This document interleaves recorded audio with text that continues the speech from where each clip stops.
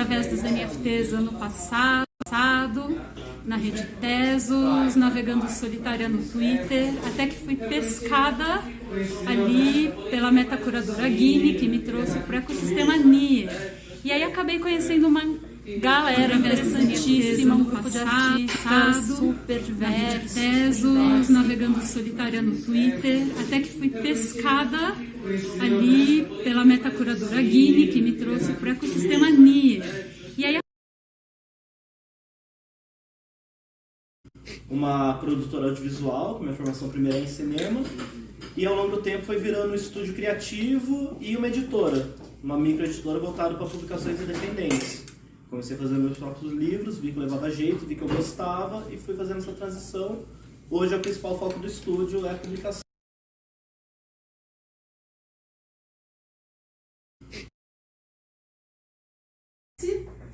Com um fundo que chega, com um token que chega, com um dinheiro que chega, e aí tá tudo descentralizado, né? Assim, e aí como que a gente se reorganiza, né? Por exemplo, às vezes eu fico pensando muito assim nesses aplicativos de transporte. Eu como mulher, né?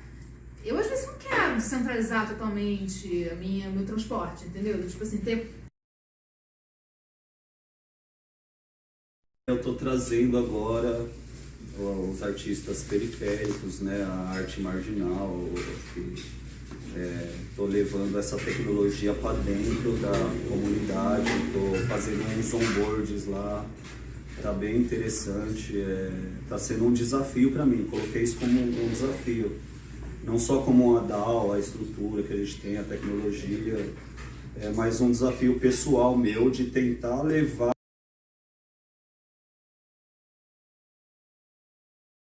Aí quando vê só tá eu lá na horta. E aí, cadê a galera da horta que quer fazer uma horta? Tipo... Mas de repente se você planta só couve, alguém vai reclamar, mas por que você não plantou alface também?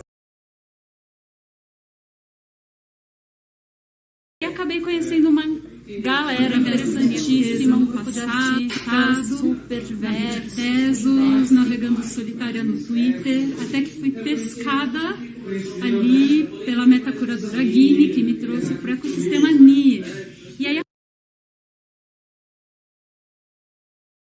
uma produtora audiovisual, com minha formação primeira é em cinema, e ao longo do tempo foi virando um estúdio criativo e uma editora, uma microeditora voltada para publicações independentes. Comecei a fazer meus próprios livros, vi que levava jeito, vi que eu gostava e fui fazendo essa transição. Hoje o principal foco do estúdio é a publicação.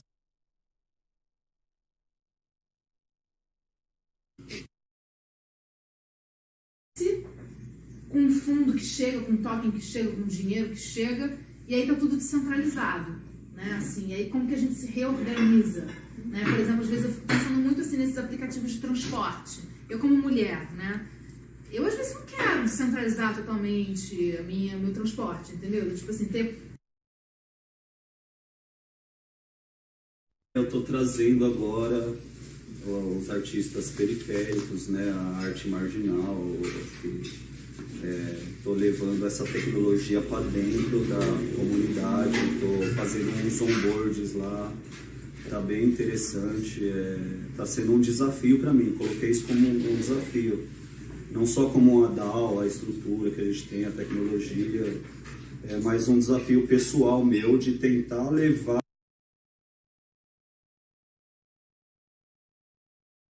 Aí quando vê só tá eu lá na horta. E aí, cadê a galera da horta que quer fazer uma horta? Tipo... Mas de repente se você planta só couve, alguém vai reclamar, mas por que você não plantou alface também? A estrutura que a gente tem, a tecnologia, mas um desafio pessoal meu de tentar levar.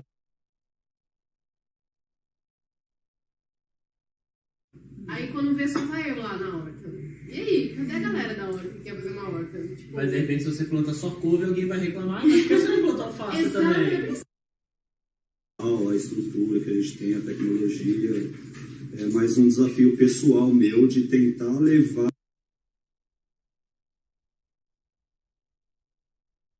Aí quando vê só tá eu lá na horta. E aí, cadê a galera da horta que quer fazer uma horta? Tipo... Mas de repente se você planta só couve, alguém vai reclamar, mas por que você não plantou alface também? A estrutura que a gente tem, a tecnologia, mas um desafio pessoal meu de tentar levar.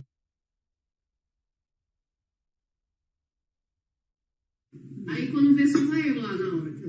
E aí, cadê a galera da horta que quer fazer uma horta? Tipo, Mas de repente, se você planta só couve, alguém vai reclamar, mas por que você não botou alface também?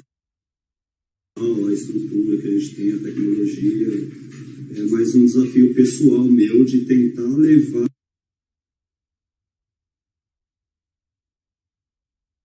Aí quando vê, só vai eu lá na horta. E aí, cadê a galera da horta que quer fazer uma horta? Tipo, Mas de repente, se você planta só couve, alguém vai reclamar, mas por que você não botou alface também? A estrutura que a gente tem, a tecnologia, é mais um desafio pessoal meu de tentar levar.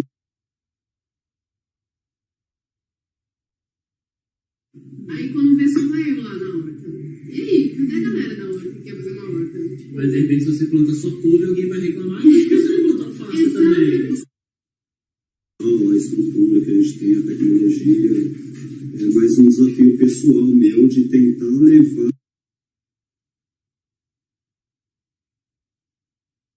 Aí quando vê, só vai eu lá na horta. E aí, cadê a galera da horta que quer fazer uma horta? Tipo, Mas de repente, se você planta só couve, alguém vai reclamar, mas por que você não botou alface também? A estrutura que a gente tem, a tecnologia, é mais um desafio pessoal meu de tentar levar.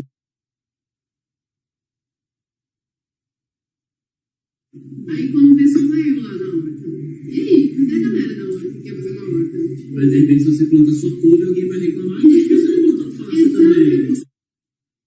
A estrutura que a gente tem.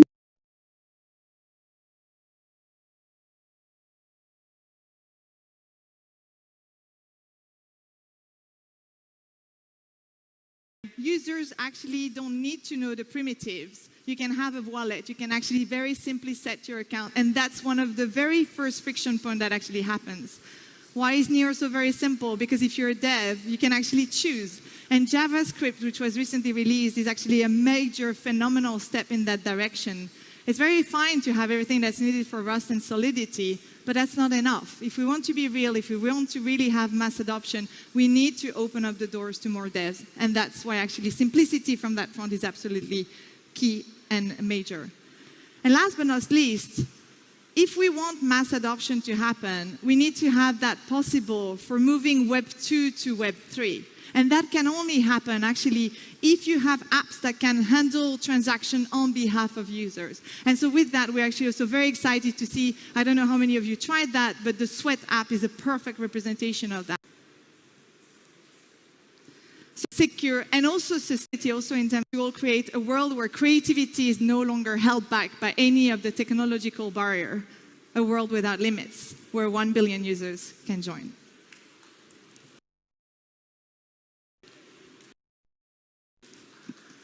Thank you.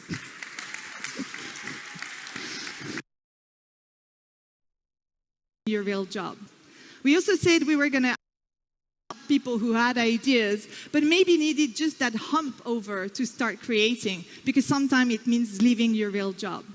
We also said we were going to actually invest in creating hubs, local regional hubs, but also ecosystem funds, so that you could have the local footprint that you need, and so that you could also actually have the large and the funding that you needed if you wanted your ideas to follow through. That's what we said. And then we also raised, in addition to that, which we had the capital for, we also raised 560 million from very well-renowned backers across how the Treasury across the world are trying to experiment with how can we be on the forefront of that with pragmatism, and how can we continuously decentralize. Now into numbers.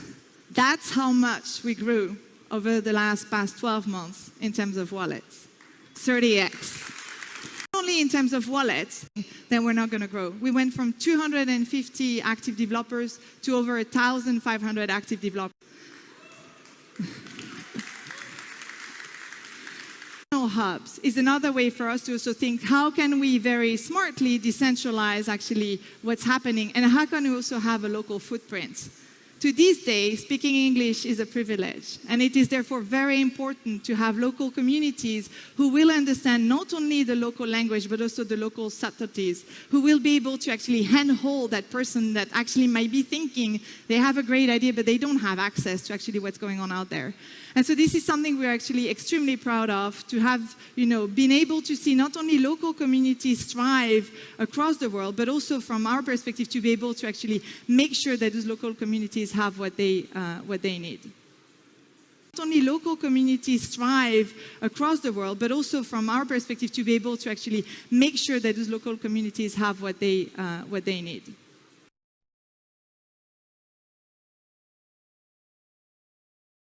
Perspective to be able to actually make sure that those local communities have what they need.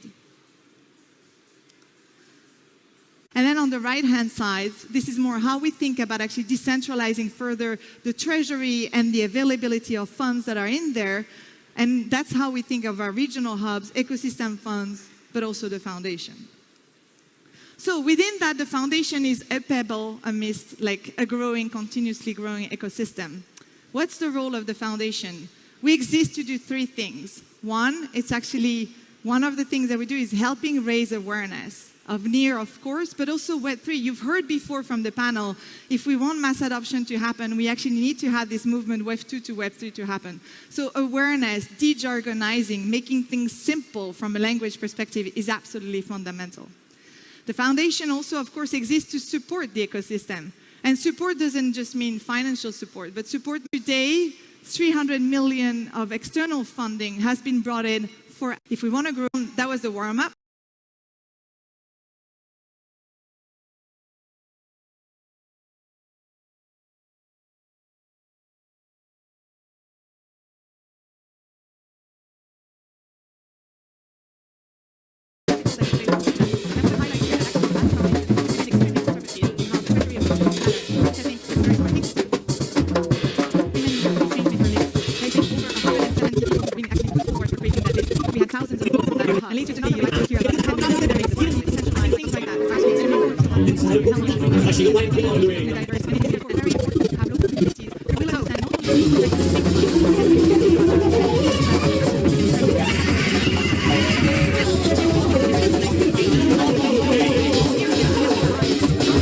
They're being used for social good models. They're being used for the investment, used for things like IP rights, different characters that are shared resources.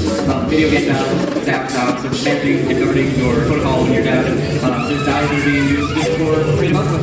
There's a lot of record labels, visual labels, artists collaborating, and that's very dear to my heart. That's why I got into this whole Web3 space is through my tech nonprofit that I've been running for 7 years.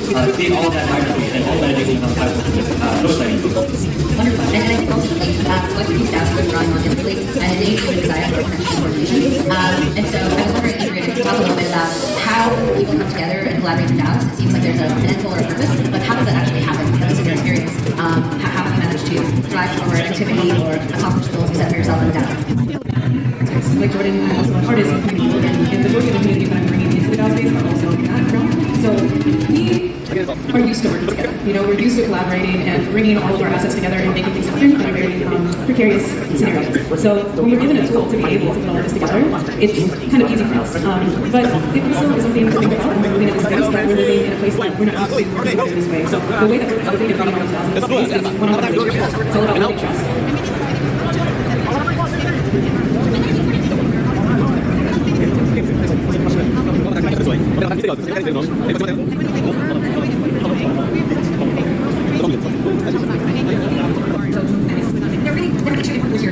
Obviously, there's the user story aspect, right? You need to code, you need to experience that part. But probably what you're also talking about, this is the short protocols that allow the RBS story of finance value to really shine, and that is the communication. How important is it all to actually write that scalability model, how important is it to be able to progress? So, always up to her, I mean, where, of course, those what you guys have to do. State the cost of charging everything, but it comes to the testing option, having that, is that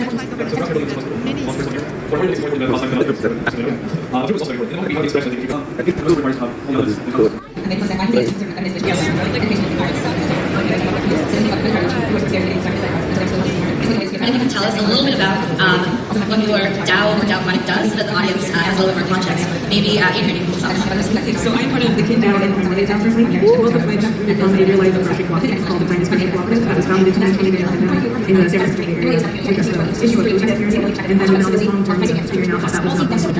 This is the decentralized government person and rehabilitating government. And then from Kid DAO, they started where we are onboarding your DAOs to get money to here. And all of the DAOs are traditionally exclusive communities and folks who are focused on social health. Everything is hard DAO. Under the hood, there are student DAO contracts, which are pods and other things around them.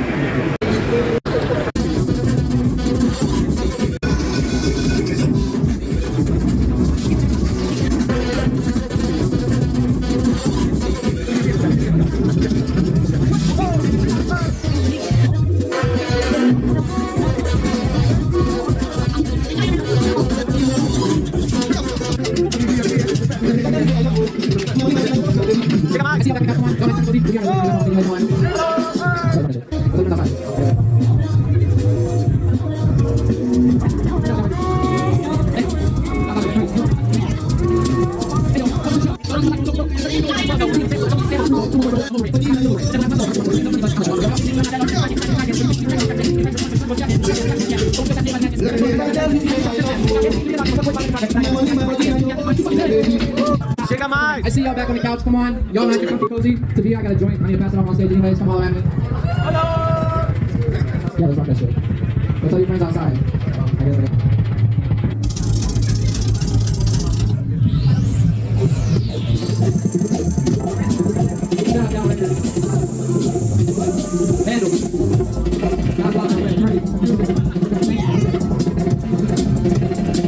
Hey yo, welcome to the show. So, I like on the road. I'm gonna turn this shit to gold. I'm gonna let the world know. I'm gonna be an example, so I don't need to stand for a free ball. No more score for hope. I'm over it. I got nothing to lure it. The devil after my soul. I'll let you offer it. There ain't enough money, but I'll let you offer it. But I'm not that large, so let's try again. Try bigger, try dance. But you think I'm cracking on this cracker jack. We can get it cracking, but you wanna play with guns, you wanna chat, man. And I'm fuck that. So I'm still fascinated by the man.